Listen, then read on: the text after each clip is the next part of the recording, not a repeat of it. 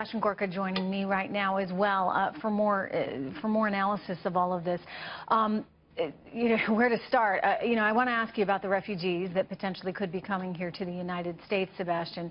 But beginning here with this investigation, it's really extending throughout Europe right now as authorities try and hunt down these terrorists. What is the concern in terms of the connectivity between all of these groups that may be located in various places, in that they all spring from that one area, the caliphate, so to speak, in Syria?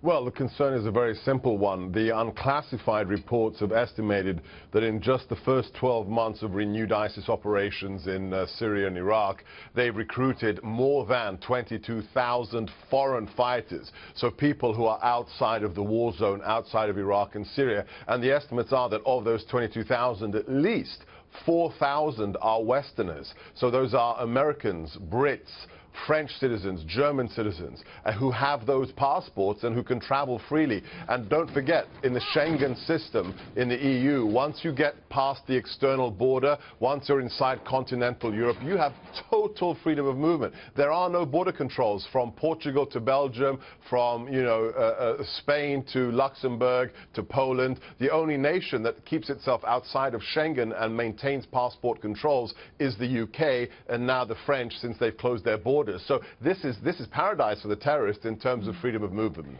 That's obviously one of the concerns with these refugees as well, because if you have 800,000 pouring into Germany, the thinking is in some amount of time they may have that path to German citizenship and be able to travel here to the United States on a German passport, which is obviously very easy to do. I mean, if I want to go to Berlin tomorrow, I can go to Berlin tomorrow. If someone from Berlin wants to come here, they can do that.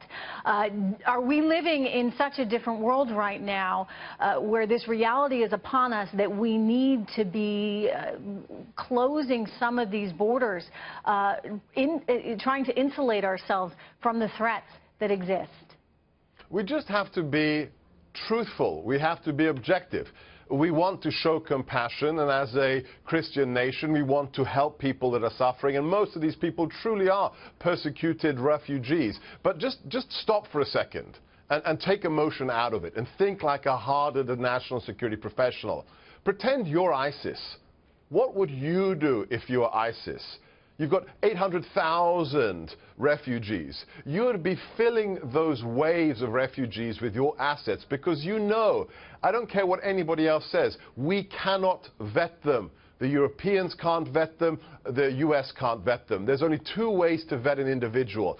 Checking their data on a database. We don't have those databases. We don't have access to the Syrian or Iraqi databases. Or second, interviewing them laboriously over weeks and months to see if they crack and if their stories hold. We don't have the time or the resources or even the camps in which to do that. So let's be hard-headed about the threat to America. It's a real one. We've arrested 82 ISIS suspects, or killed and arrested 82 ISIS suspects on the shores, on the territory of America in the last 20 months. It's not a question of if, it's a question of when.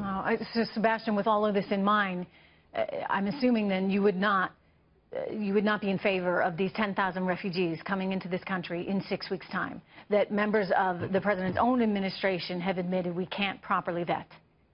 We should welcome as many people as possible as long as they can be vetted. It's much easier for us, for example, to vet Christians. I don't know how you vet them. I mean, you've just said you can't possibly vet them. So that you say, fine, yeah, we'll take whoever we want as long as they can be vetted. But if you're telling me they can't be vetted, then we can't take anyone. I think you've been listening to what I said. The question is, will the people on the Hill listen? Well, they're voting right now. We just learned moments ago, Sebastian, that the House passed a measure, 289 to 139. 47 Democrats actually voted for this resolution in which it would require additional vetting. They would require an FBI background check on all of these Syrian refugees and Iraqi refugees coming to the United States. The president, however, Sebastian, came out last night and said, you know what? If this goes through, I will veto it. He won't even entertain the idea of additional background checks. What's wrong with that?